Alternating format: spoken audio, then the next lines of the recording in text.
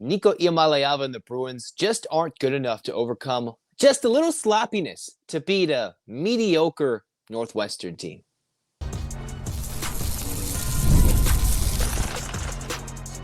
You are Locked On UCLA, your daily podcast on the UCLA Bruins. Part of the Locked On Podcast Network, your team every day.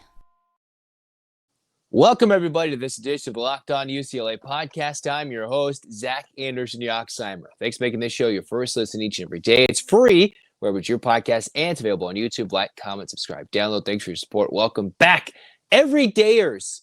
As we discuss the positives, the negatives, Nico's play included in this game between UCLA and Northwestern. Right, this is a little calm down reaction version about what we just saw. For UCLA, I think it comes down to a couple of decisions, maybe by Nico at the end of the first half and into the second half. I know there's a couple of checkdowns where UCLA at the end of the first half was trying to drive deep for a touchdown, trying to go deep down the field, and they couldn't do it. And instead, they settled for a field goal instead of 17-7. They're down 17-3. You could say, Zach, you're dumb. Okay, that's cool. But then in the potential game-tying drive, Nico had a situation where he was pressured, dumped it off to the side for a loss. I'm not sure if it was qualified as a run because it was near a lateral or if it was a dump-off pass to the back. And that just cost UCLA so much time. It's those types of decisions that are sometimes puzzling by Nico when the game's on the line. And I know he did throw a dart for a great touchdown pass to Quasi Gilmore. I've been very critical about him going deep down the field, but I want a big 50-yard touchdown pass, big 50-yard run. But UCLA clearly is not doing that. So a couple of those decisions, a couple of checkdowns, UCLA getting lucky to get a field goal, where they just can't succeed deep in the red zone against these teams. Even as bad as Northwestern is, that's not a good Northwestern team. That's not even a mediocre Big Ten team. That was a battle between two horrible Big Ten teams. And you look at Nico's numbers, 19 for 27, 180 yards passing, 65 yards rushing. Nico is the team, and that isn't much of it, all right? So Nico is single-handedly keeping plays alive. He's doing good things, making plays, making reads. And yes, he's not getting a lot of time to throw the ball. UCLA, if you look at this, gave up 3 sacks in this game. Nico avoided the turnover for the first time all season. Nico did not throw a turnover.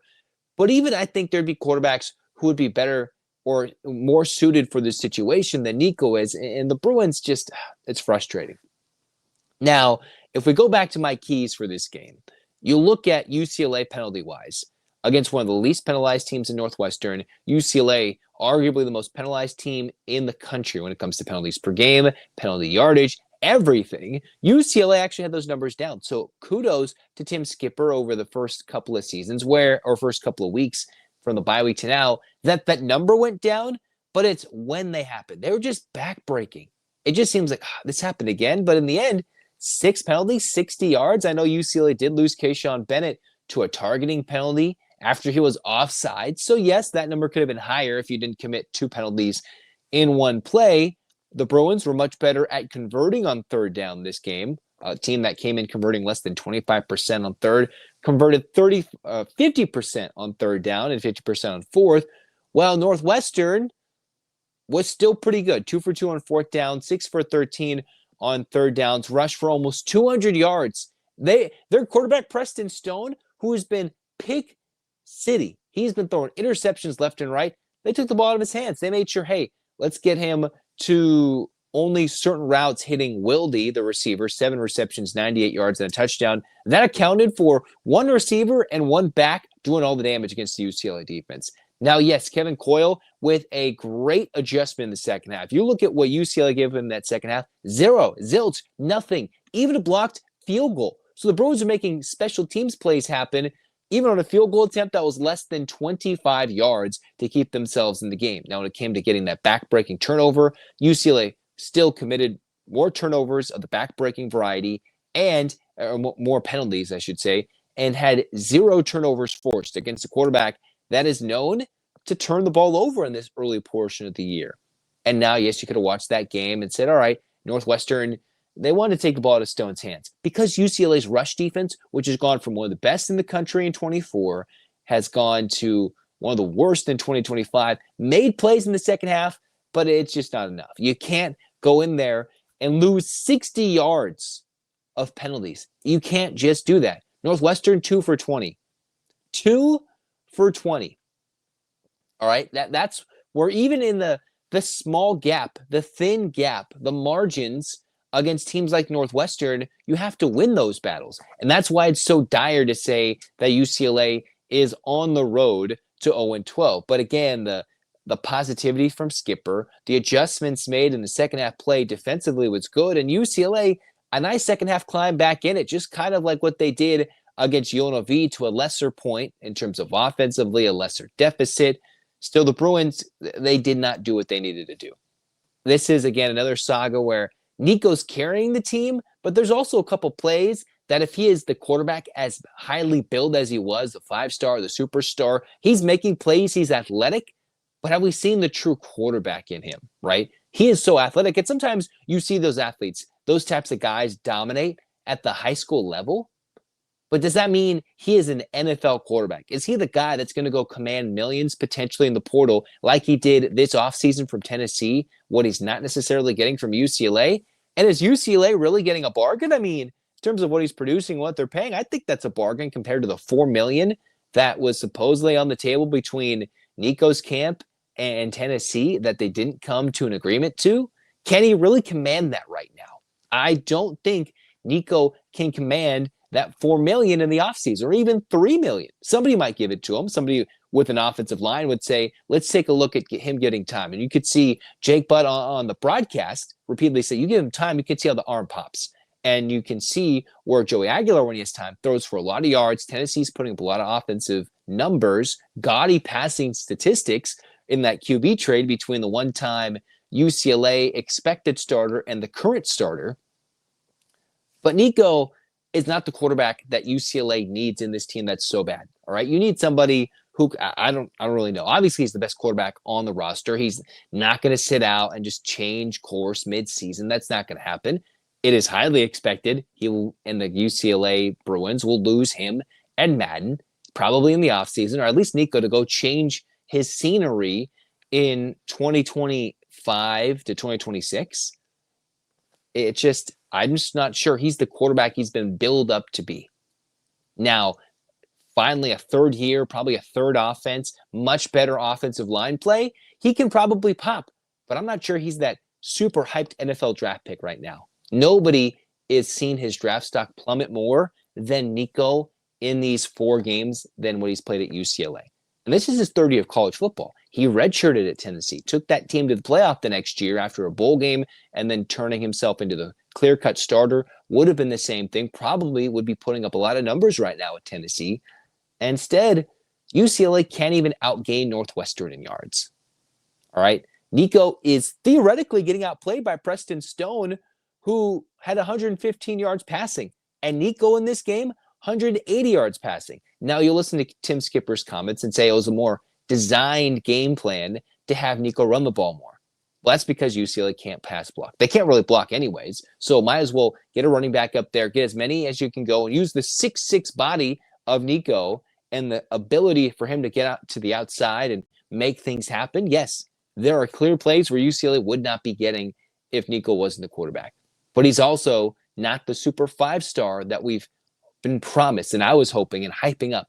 And the special report, I remember hearing from CBS Sports, yeah, even somebody special would come out here and do some crazy things.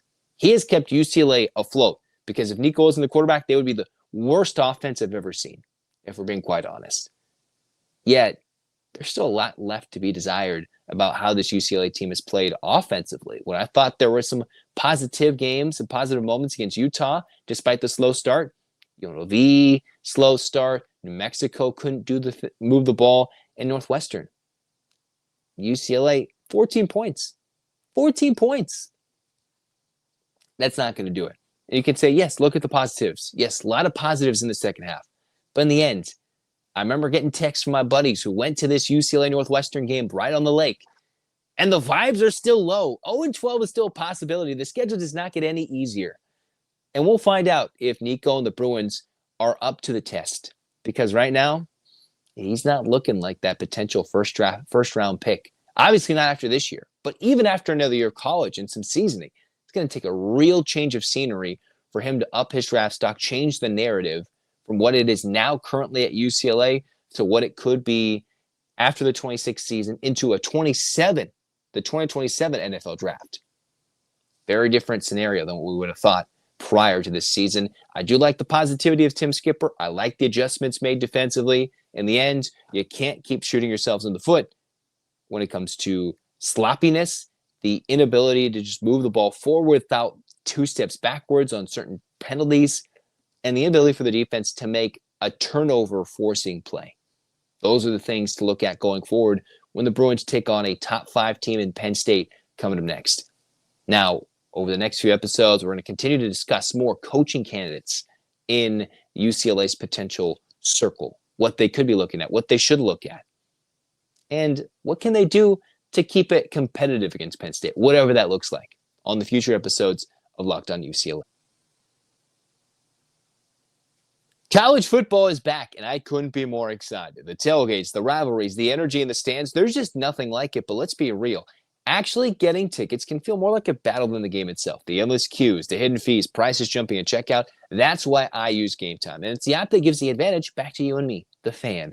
And it's the easiest way to score those last-minute tickets at the best prices with no surprise fees. And what you see is what you pay. And let's be real, if you're going to go to the Rose Bowl this year, you're going to get yourself a pretty discounted ticket when you're watching this UCLA team. You want to go to the Rose Bowl, see some big-name programs, see the Bruins in an iconic venue, you're going to want to go to Game Time and see this is the price I pay. It'll be discounted at that last minute. Or maybe you're looking at the Dodgers and you're looking, hey, it's October. You want to go somewhere and go with Game Time. We'll go check it out because the app makes it super simple. You can see your exact view from your seat before you go.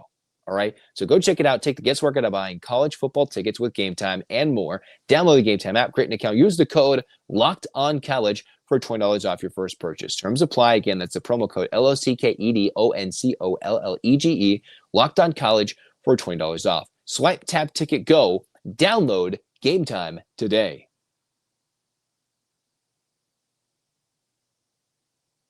So that's going to do it for us here on Locked On UCLA. Like, comment, subscribe, download. Also, hey, throw some coaching suggestions. Go watch all those coaching videos.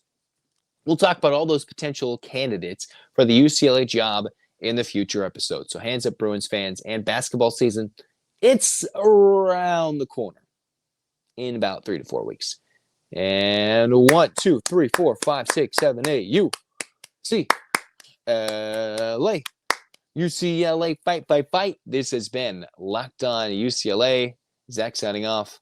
Go Bruins.